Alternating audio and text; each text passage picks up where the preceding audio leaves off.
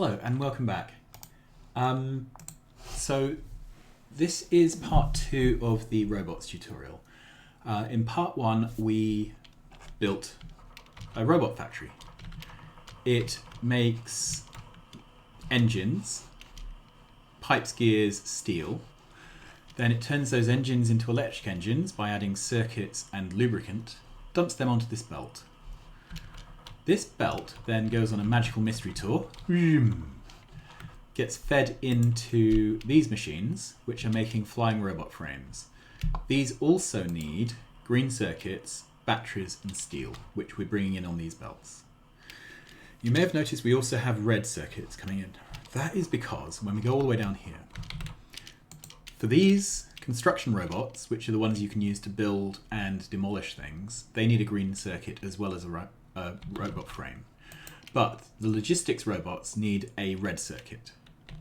Okay. We need to build some other stuff. So, in addition to robots, let's have a look here. Right,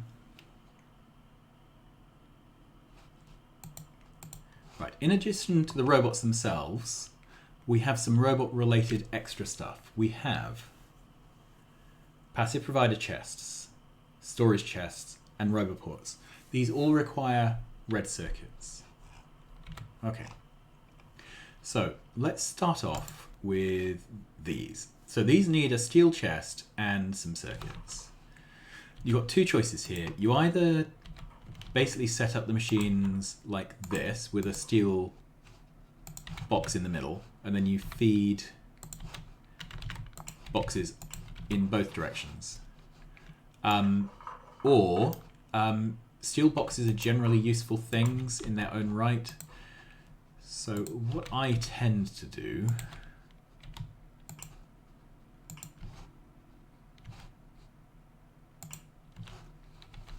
is put them in a box so that I've got some of them, and then put them on a belt.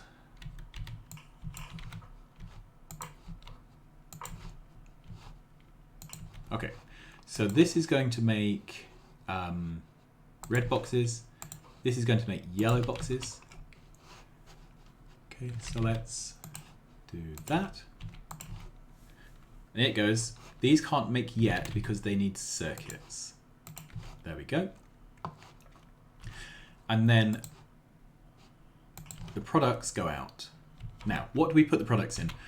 We've got all these steel boxes, but we are now into the world of logistics. So instead of putting them into steel boxes, if we pick this up by pressing right click, this gives us some red boxes, and we can put the boxes into the red boxes. Boxes in boxes. They're not inception boxes. You probably want to cap this to either 1 or 2 stacks. They're quite expensive. You know, they've got a red circuit involved, so maybe 1 stack. And you see this flashing drone light. Okay. I thought it was an alien's head, but when I looked at it more carefully, it was a drone port with the circular doors at the top siphoning open. This is telling us that we do not have a roboport, which is fair enough because we don't have a roboport. So how do we build a roboport? Now, later on, there's going to be more types of boxes. So I'm going to make some placeholder machines here for the new boxes. We won't build these yet.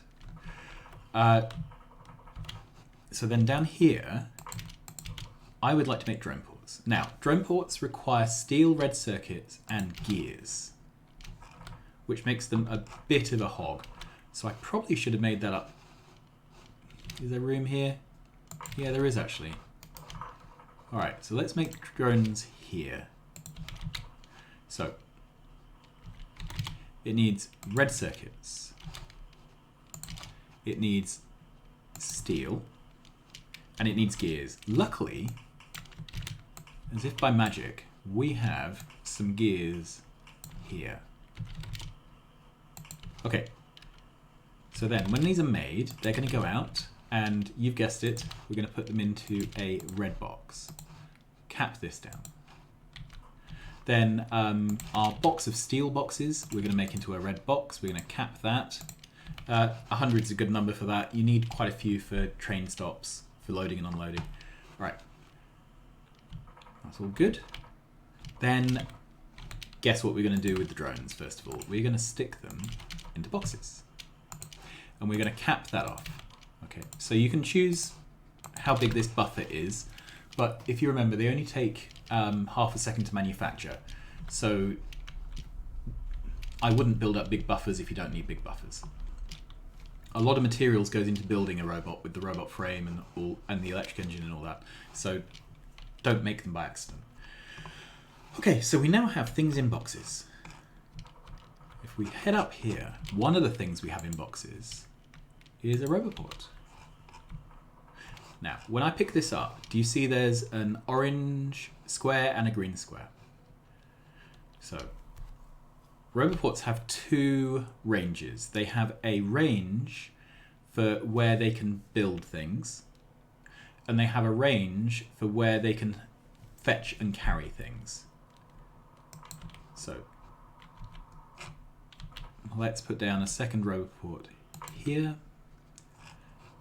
They have to be powered to work, so we're going to give them power. There. And roboports, can you see the energy bar going up? When you place a roboport, it just sucks in a ton of power off your grid. So if you place down a lot of roboports quickly, it will kill your power supply. And to give you an idea of when this happens in the game, the earliest you can get roboports is once you have batteries and red circuits, which means it's one of the things that happens pretty much as soon as you've unlocked oil and got basic oil processing going. Oh, lubricant as well. So in the world of speedrunners, robots happen after they've built red and green science and before they do blue science. In normal players, in normal playthroughs, it would happen somewhere before or after blue science. All right. So these drone ports have slots, inventory slots. They have two types of slot.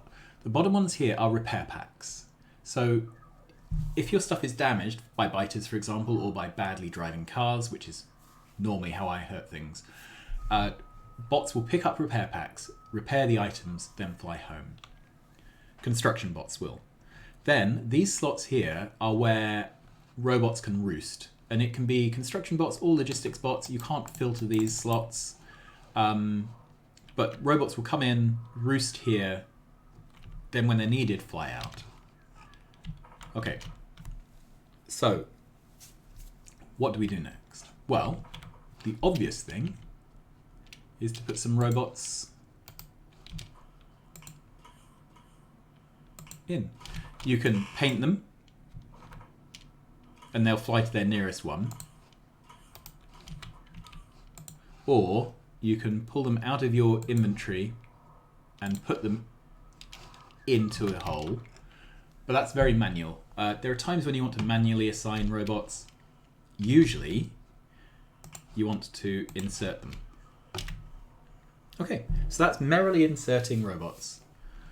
We'll come back to a more sensible plan in a minute. But this is just putting robot after robot after robot into these two. Cool. So we have robots. So we've automated roboports. You see all these things have stopped blinking. If I hover over here, the red boxes we put down are within the orange range. That's the logistics range. So we've got some power poles here that haven't been built. Okay, I've got one of these. Let's take a storage box. What happens if I put something into the storage box? So let's imagine I put medium power poles in. All right, so these ghosts here are medium power pole ghosts. The robots fly over, find them, place them, fly home. Pretty cool, hey? So if I now dumped in some assembly machines, we have 3 assembly machine ghosts.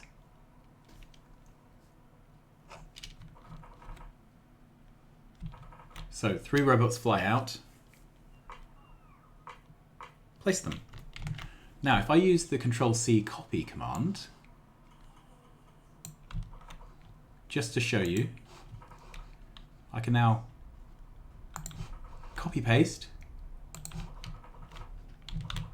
hold down Shift to build over rocks. There we are, long line of these. And the robots go over, pick things up, place them down. That's pretty convenient, isn't it? And we can do this from the map. So if I walk away, we have a look here. I can copy something, place it down. And as long as I've got line of sight, then it will get built. Do you see? All right. So let's pull up this box here. So we have robots flying around trying to construct things. Here's a rock. Let's deconstruct that. So construction bots fly out. Grab that. Grab more. And you see the bots are just hanging in space. This happens quite often. Down here, there's a warning. Not enough logistics network storage space available. See map for details. And if we look at the map view, do you see this luggage item flashing? So that's telling you there are bots that have picked stuff up, don't have anywhere to put it. There has to be some storage for them to put it into. And if that storage either doesn't exist or is full, the bots will just sit in the air and a warning will come up. It's not a good place to be. You don't want to have that happening. All right. Then another warning here. So do you see this gear? This is saying one object on the map is missing building materials. That's because there's a ghost here of an assembly machine, but there's no assembly machines in the storage and there's no assembly machines in the red boxes, right? So to get rid of this warning flashing, we would need to have some assembly machines, wherever they are. Well, let's make some more. Okay. We need to have some of those in a box. So I'm going to put some in here. Then this warning should go away.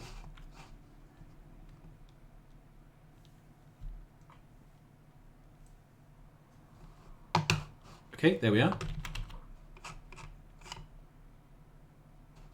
No warning, the thing's been built.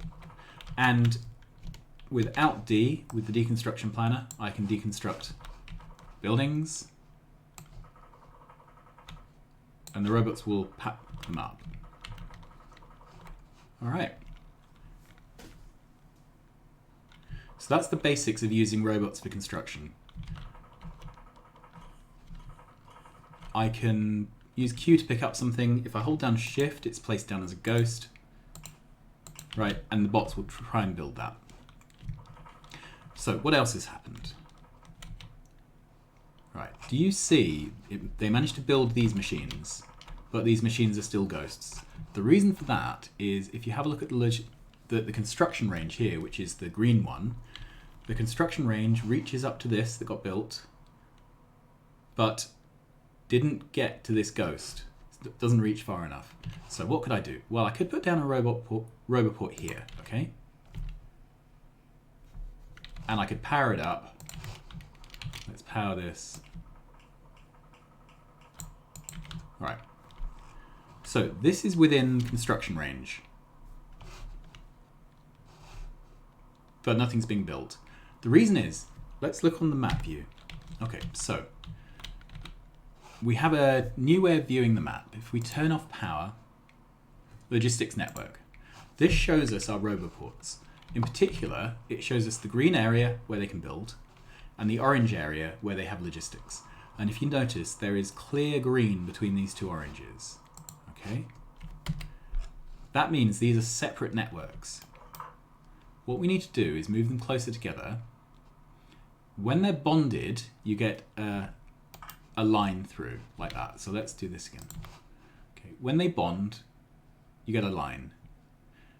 That means that they are forming part of a single network rather than two separate networks. And now there's a single construction range which extends out through the whole of the green area, and there's a single supply range which is in the whole of the orange area.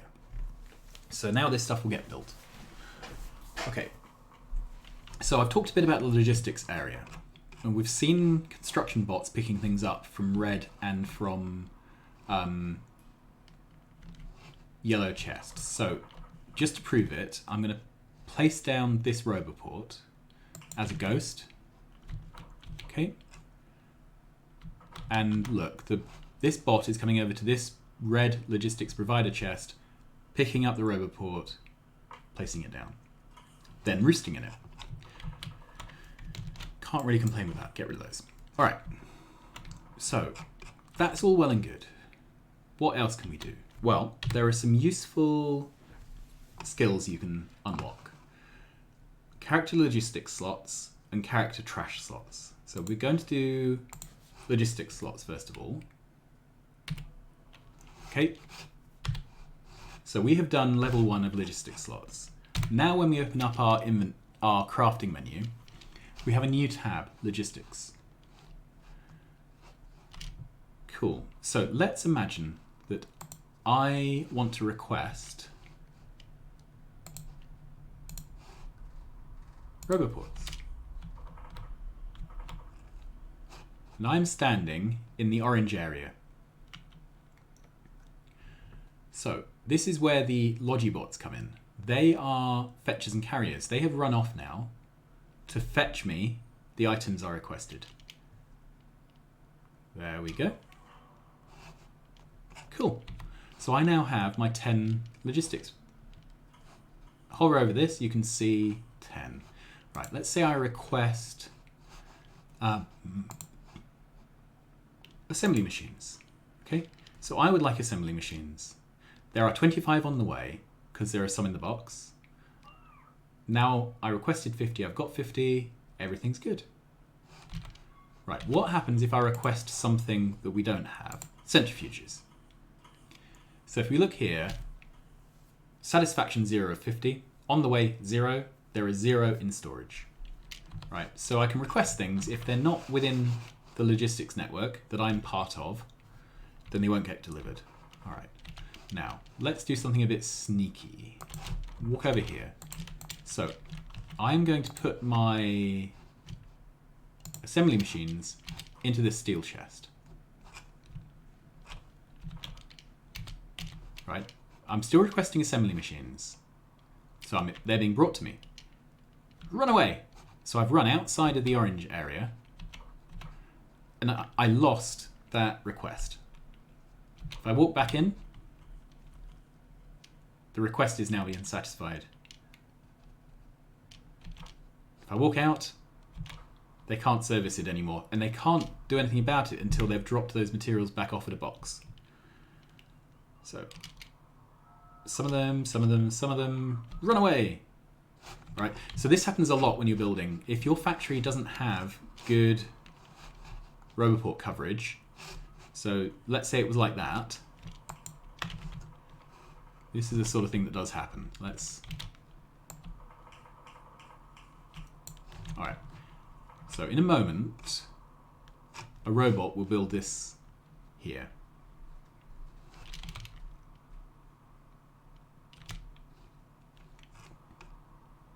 When it does, I will be in logistics range.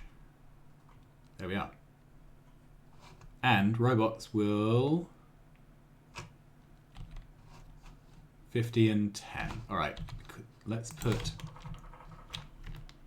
all of these back in there. All right, so the robot's going to try and give me those. Now, let's say I'm wandering around building and I accidentally walk through this green patch. Do you see the orders are getting lost? The orders are getting lost because I'm in this single square dead zone. So how could we fix that? This needed to be up one more square so that the oranges joined up. It doesn't matter how much you overlap them, as long as they overlap. There are efficient ways to do this and less efficient ways, but basically the take home is your backbone of your working area should be completely covered in orange so that you can always have things delivered to you. Okay, the other tech I want to look at is character logistics trash slots. Okay, so now we have these trash bins.